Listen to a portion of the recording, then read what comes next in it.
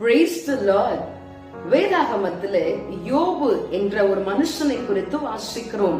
பிரியமானவர்களே, இந்த யோபு தன்னுடைய வீட்டை, பிள்ளைகளை, தனக்கு உண்டான ஆஸ்தியை எல்லாவற்றையும் இழந்த போதிலும் அவருடைய மனைவி யோபுவை பார்த்து சொல்லுகிறார், உம்முடைய தேவனை தூஷித்து ஜீவனை விடும் என்று சொல்லி, ஆனாலும் தேவனிடத்திலே தன்னுடைய வாழ்க்கையை அர்ப்பணித்தவராக இந்த யோபு, என் தேவன் எனக்கு என்ன செய்தாலும் அதற்கு பிரச்சனையே இல்லை என்று சொல்லி தன் மனைவி இடத்திலே சண்டை போட்டு தேவனுக்காக அவர் வாழ்ந்தார் என்று சொல்லி பார்க்கிறோம். பிரியமானவர்களே, இந்த யோபுவின் முன்னிலைமையை பார்க்கிலும் அவர் தேவன் மேல வைத்த அன்பின் நிமித்தமாக, அர்ப்பணிப்பின் நிமித்தமாக தேவன் அவருடைய முன்னாள் நிலைமையை காட்டிலும் பின் நிலைமை அதிக மேன்மை உள்ளதாகவும் ஆசீர்வாதம் உள்ளதாகவும் வைத்தார்.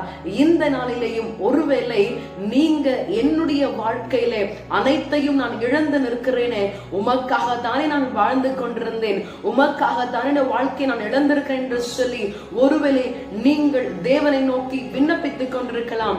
இந்த நாளிலேயும் என் தேவனாகிய கர்த்தர் உங்களுக்காக யாவற்றையும் செய்து முடிப்பார். Praise the Lord.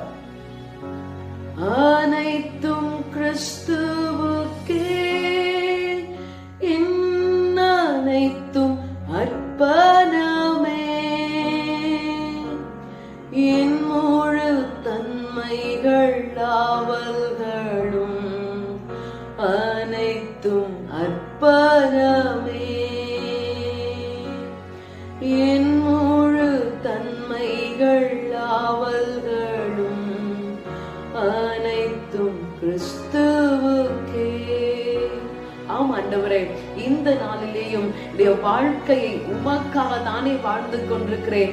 ஆனால் என் வாழ்க்கையில அநேக பிரச்சனைகள் என்னை சூழ்ந்து கொண்டிருக்கிறதே, என்றைக்கு நான் விடுவிக்கப்பட முடியும், என்றைக்கு என் வெட்கத்திற்கு பதிலாக நான் இரட்டத்தனையான பலனை அனுபவிக்க முடியும் என்று சொல்லி ஜெபித்துக் கொண்டிருக்கிற, உம்மை நோக்கி பார்த்து கொண்டிருக்கிற உமது அடியார்களின் பேரிலே பட்சமாய் தேவன் இறங்கி கண்ணோக்கி பார்த்து ஆசீர்வதியும் காத்து கொள்ளும். இயேசுவின் நாமத்தில் ஜெபிக்கிறேன் பிதாவே, ஆமென்.